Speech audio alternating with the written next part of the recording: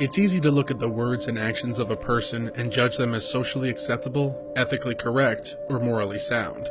We often see bullies, enemies, and oppressors just as we see the abused, allied, and oppressed. They're solely defined by the label we stamp onto them. But we often forget that our world is not black and white, that we all slop around in the murkiest shade of gray and nothing as complicated as a human being can be summarized by a single word.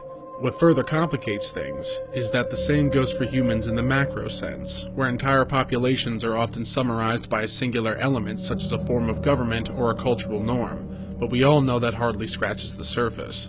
However, if we take stock of a person's intent, we are met with a problem. And honestly, one of the best lines I've heard which summarizes this argument comes from a 1948 film noir titled An Act of Murder.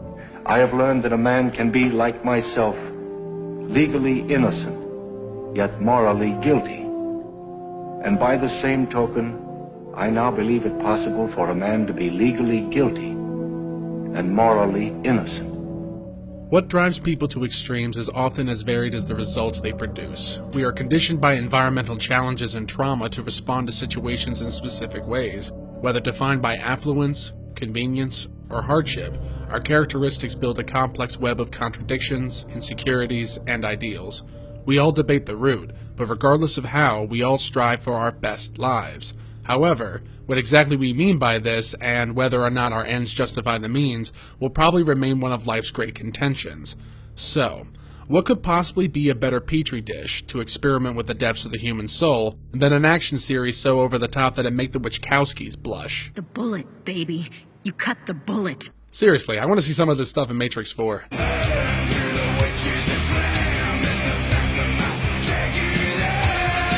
Black Lagoon is a 2006 anime adaptation of the still-running manga by the same name by Rei Hiroi, produced by Studio Madhouse. We're introduced to the mercenary rejects of the Lagoon Company through Rokuro Okajima, a 25-year-old salaryman from Tokyo. While tasked to transport a disc of valuable trade secrets in the South China Sea, he's abducted by the Lagoon crew.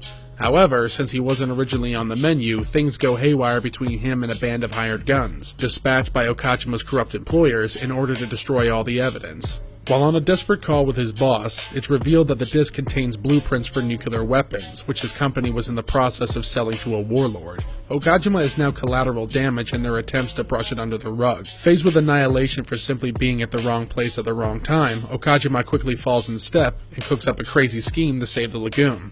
He soon forsakes his life in Japan for a career with these misfits, donning the moniker Rock. The rest of the series is devoted to the crazy physics-busting shenanigans of Rock and his new co-workers, Dutch, Benny, and Revi, as they eke out a living in Roanapur, a mecca of crime in the south of Thailand. The city impresses as something crossbred between Frank Miller's Sin City and the real-life island of Tortuga, which was a pirate haven in the 1600s. You may remember it as that crazy town in the Pirates of the Caribbean movies. Now, I will be honest. I have not read the original manga, so I will be approaching the series as its own beast.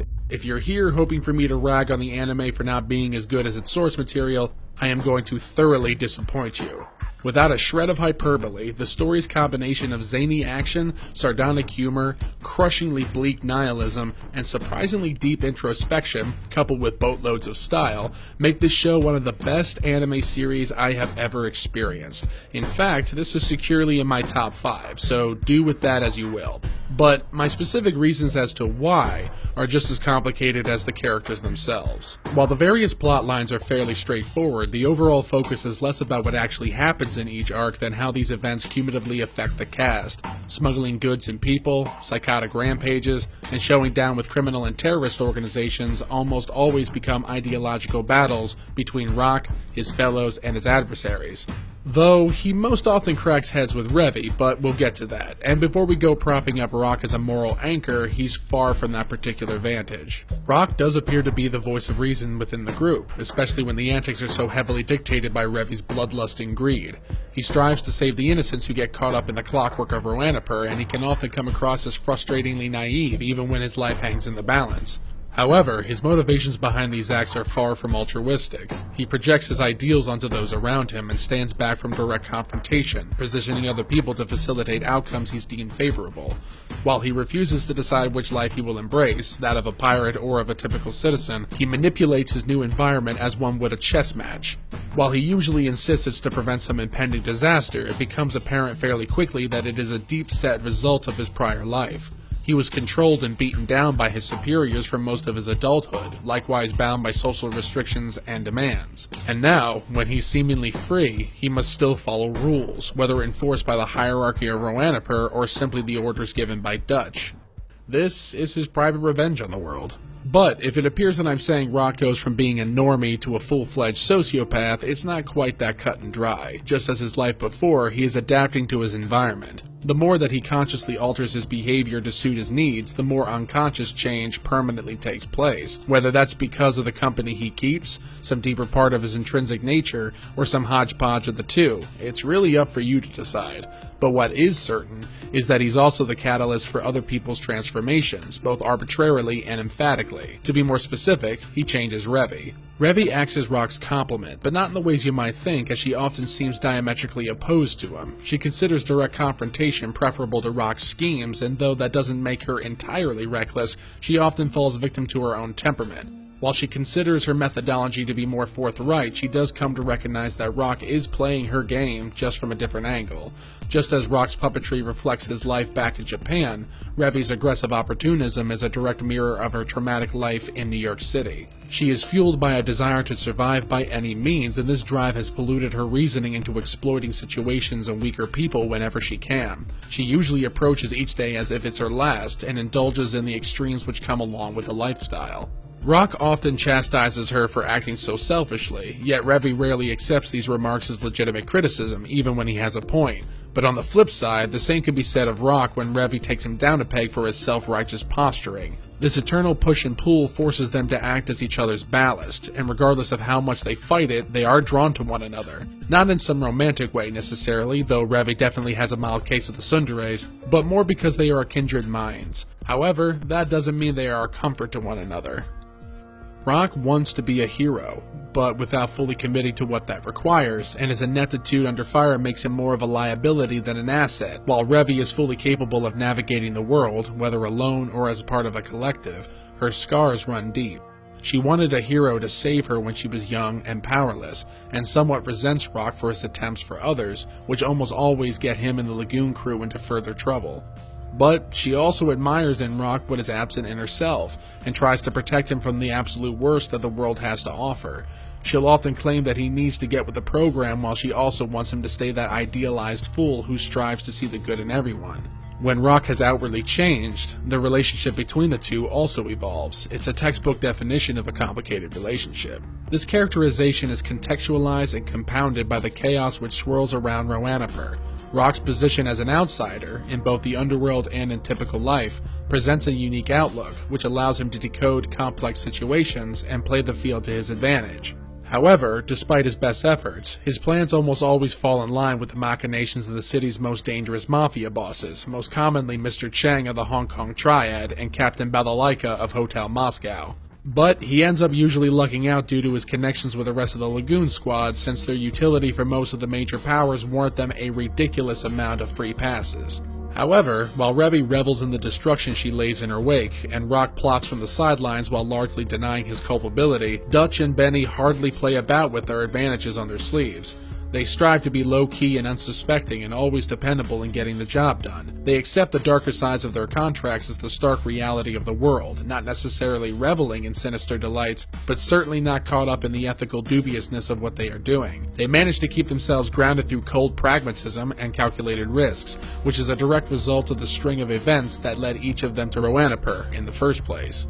Benny is a college dropout from Florida, who pissed off the Mafia and the FBI almost simultaneously and wound up getting rescued by Revy. However, Dutch's history is a bit of an enigma. Numerous conflicting details often bring the validity of his past into question, though most commonly it's accepted that Dutch is an ex-soldier who had fought in the Vietnam War and had gone AWOL with his boat. While outwardly he is just a well-mannered pirate captain with some impressive underworld contacts, he's also a self-educated student of sociopolitical philosophy and psychology, which has cultivated his impressive ability to understand Roanapur both as individual citizens and as a complete society. But he also makes a point of keeping his personal life shrouded from his compatriots, so even if we know some details about him, they paint an overall picture which is more mysterious than illuminating. This ambiguousness shrouding Black Lagoon is one of the most compelling aspects of the series. We're fed a steady stream of breadcrumbs which allow us to make assumptions and judgments about each of the characters, but the show never over-explains them, allowing the audience to make up their own conclusions. The only character we have nearly complete access to is Rock, which I understand is something unique to the anime, as Rock is not the narrator in the manga. And while I normally am quite against adding narration where it isn't needed, the most egregious example for me being the original theatrical cut of Blade Runner, it actually bolsters the effect of this narrative as entertainment and a sociological treatise. Hiroi is on record describing how he takes a ton of inspiration from 90s Hollywood and Hong Kong action movies. For example, the Rasta Blasta arc as well as the Roberta's Blood Trail OVAs pulls ideas from Robert Rodriguez's Mexico trilogy. And if you haven't seen El Mariachi, Desperado, and Once Upon a Time in Mexico, I have some homework for you. The bombastic kineticism of Black Lagoon overflows with a genuine love of movie-grade action.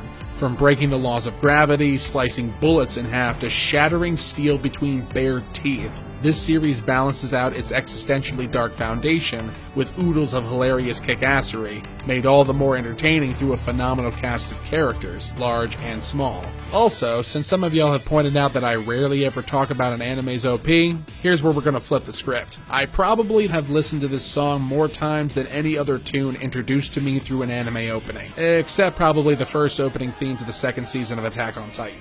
However, the ending themes to both the serialized show and the Roberta's Blood Trail OVAs are going to force me to take a step back from fanboying and to actually make some slightly more objective observations.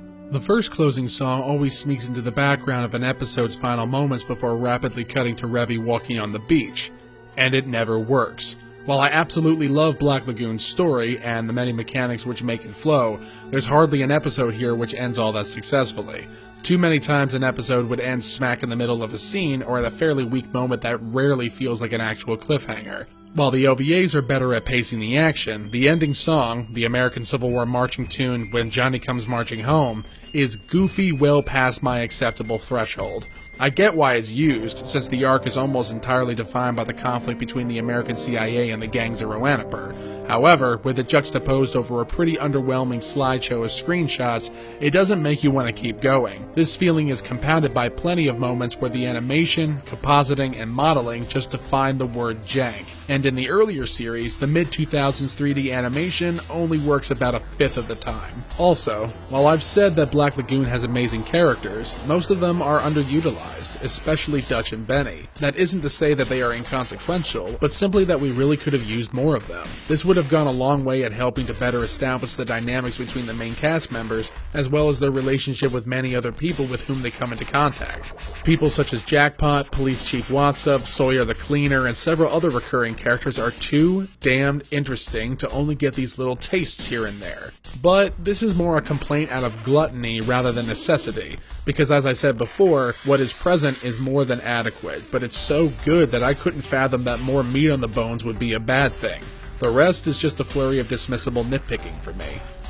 Black Lagoon manages to hype me up for some reality-defying action while simultaneously breaking me down over the absolute cruelty that subsists on all elections of human civilization. We cheer for the villains, whether due to their affect, impact, or their heart of gold. We find redemption living in the unredeemable, as well as the mundane evils which persist in our everyday typicality. Whether our pursuits of an ideal life keep us treading water, or leads us into the bowels of the abyss, our words, actions, and intent often lie at cross purposes, at least upon first glance. That somehow we could see destruction, chaos, and exploitation as a means to achieve peace and prosperity. But in reality, what we deem as normal, acceptable behavior is merely a byproduct of the consistent clash between individual and social demands. The ethical and moral implications are often tossed about like hacky sacks, determined by whomever holds the most sway. Just as Morticia from the Addams Family once said, "Normal is an illusion. What is normal for the spider is chaos for the fly."